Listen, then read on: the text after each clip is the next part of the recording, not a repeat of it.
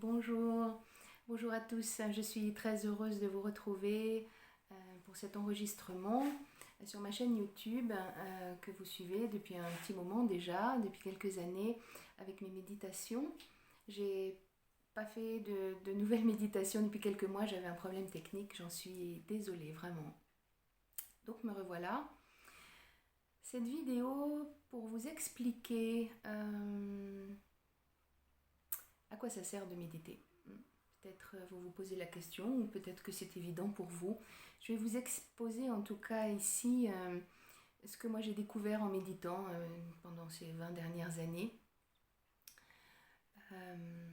Alors évidemment, avec la pandémie, avec cette crise politico-sociale, sanitaire que nous traversons, que le monde traverse depuis 1 an et demi, 2 ans là, l'agitation extérieure fait que l'on a évidemment davantage besoin, et vous comprenez que on a besoin de retrouver le calme intérieur. Alors, retrouver le calme intérieur par la méditation, c'est pas seulement faire le vide dans votre esprit, c'est rechercher et aller sentir qu'est-ce qui se passe en nous quand il y a toute cette agitation, quand peut-être il y a des disputes parce que tout le monde n'est pas d'accord par rapport à ce qui se passe, par rapport aux décisions à prendre, au positionnement à avoir. Ça déchire les amis, les familles, les couples. J'en ai rencontré de très nombreux. Donc la méditation apporte d'abord le calme à l'intérieur de nous. C'est une première chose. La deuxième chose, ça vous permet d'aller visiter votre ressenti à l'intérieur de vous. Et vous avez plusieurs méditations sur ma chaîne sur le sujet. Vous pouvez aller regarder à l'intérieur de votre corps physique, quand vous êtes dans la méditation, ce qui se passe, les parties de vous qui sont mal à l'aise, qui sont en souffrance, agitées, en colère peut-être. Vous pouvez aller les regarder et en prendre soin de cette manière. Et puis il y a une autre partie, un autre état que l'on peut atteindre dans la méditation que je voudrais partager avec vous. Et je vous souhaite de trouver cet espace en vous qui est, ça va être difficile à définir avec des mots, mais c'est un état de grâce peut-être. Je vais chercher plusieurs mots pour ne pas braquer certaines personnes et ne pas enfermer cette réalité que vous pouvez toucher avec la méditation uniquement dans des mots, dans du vocabulaire. Donc on peut appeler ça un état de grâce ou un état d'extase. Il n'a plus de définition. Le temps n'apparaît plus du tout linéaire. Il n'y a plus de temps en fait quand vous êtes dans cet état-là. Quand vous trouvez cet état d'extase où vous êtes dans un calme absolu, dans la paix dans votre esprit, lorsque votre esprit ne réfléchit plus du tout à quand est-ce que ça se termine, combien de temps je vais méditer, qu'est-ce que je fais à manger ce soir. Vous voyez, quand tout ça, ça s'arrête, quand l'esprit est bien calme, vous pouvez trouver juste le calme dans votre esprit, comme le tableau blanc du peintre avant qu'il peigne, vous voyez. Et cet espace-là dans votre esprit, ce calme vide de votre esprit, ça vous permet de laisser y venir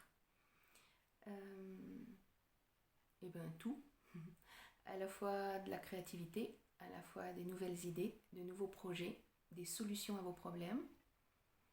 Voilà, ça c'est le calme et le vide de votre esprit quand vous y arrivez. Je parlais juste avant encore d'un autre état.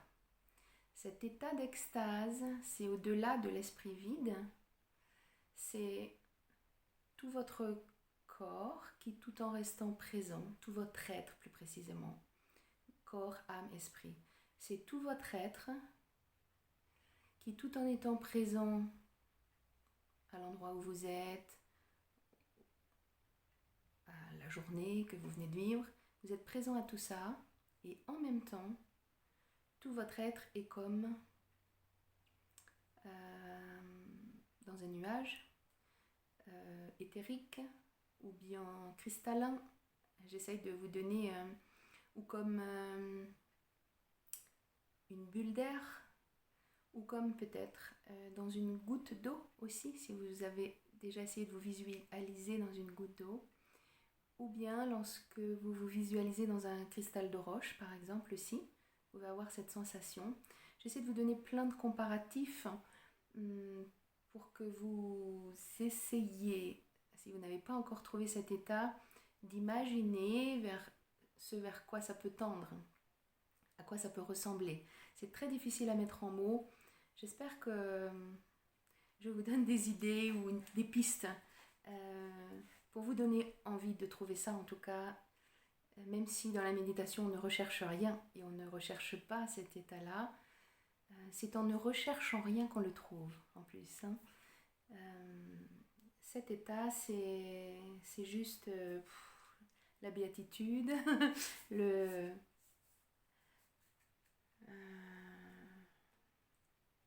bon, c'est difficile, hein. J'ai du mal à trouver des mots pour le définir.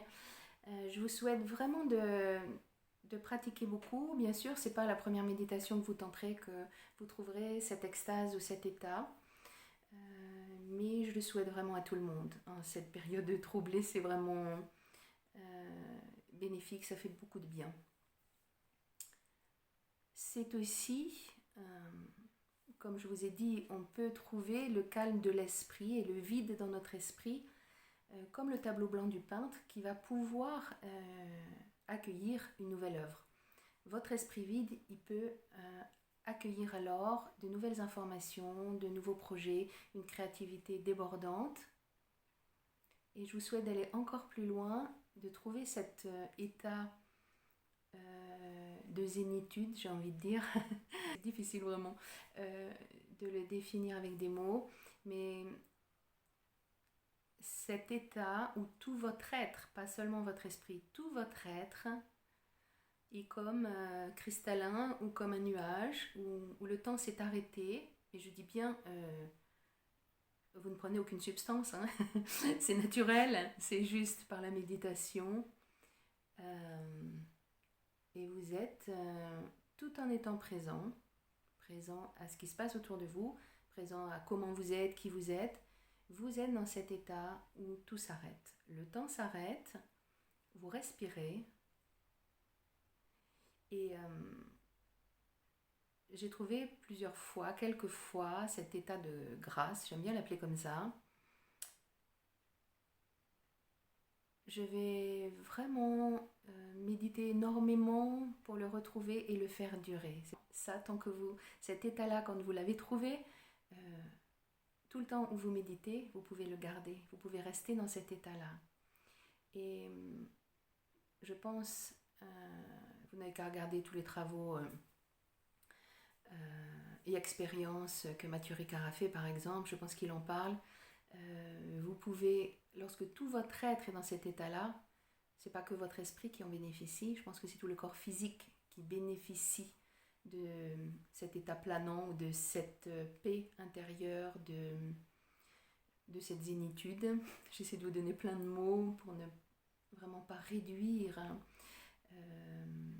cet état d'être, je sais pas si on peut dire comme ça, voilà. Alors, les guides me souffrent d'autre chose. Là, je vous ai parlé de mon expérience, en fait. Quand vous êtes dans cet état de béatitude, je vous offre encore d'autres mots pour parler du même état. Quand vous êtes dans cet état de béatitude, la vision du monde que vous avez est multidimensionnelle. Vous pouvez alors voir tous les aspects des personnes, tous les aspects des lieux, tous les aspects de votre planète ou de l'univers. Vous avez une vision vraiment multidimensionnelle. C'est ce qu'on me souffle à l'oreille. Vous avez également ce qu'ils appellent la vision du cœur en réalité. Cette vision multidimensionnelle, c'est la vision du cœur, de l'âme, de l'âme. Cette vision d'amour universel.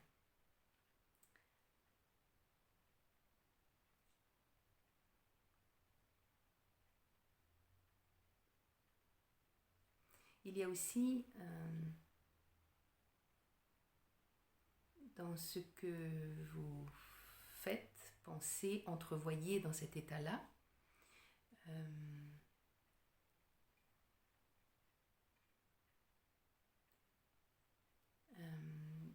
des solutions qui vous apparaissent ou qui vous apparaîtront, des solutions à ce que le monde vit aujourd'hui, des solutions à ce que vous vivez, vous, aujourd'hui. Et particulièrement, c'est particulièrement utile dans des périodes où vous traversez des moments difficiles ou des situations difficiles. C'est le plein moment aujourd'hui, en ce moment, pour trouver cet état méditatif, pour tendre vers cela et vous entraîner en tous les cas. Voilà.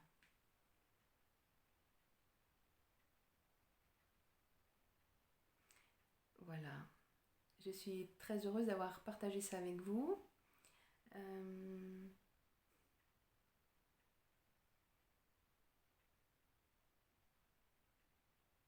Méditer. Je vais tâcher de refaire davantage de méditation. Si j'ai vraiment réglé tous les problèmes techniques, je vais tâcher de refaire plusieurs méditations là bientôt pour vous aider à pratiquer justement. Et c'est la pratique répétée qui permet d'atteindre cet état sans le rechercher, je le répète encore. Dans la méditation, on ne recherche rien, on apaise le mental, le corps physique, et on se met à l'écoute en fait. On se met à l'écoute de nous-mêmes, à l'intérieur de nous, et on se met à l'écoute de ce qu'il y a autour de nous également. Méditer, ça n'est pas se couper du monde, bien au contraire. Voilà, je crois que j'en ai assez dit déjà, ça fait beaucoup. Je vous dis à bientôt. La prochaine fois, normalement, ça devrait être une méditation pratique pour vous. À bientôt.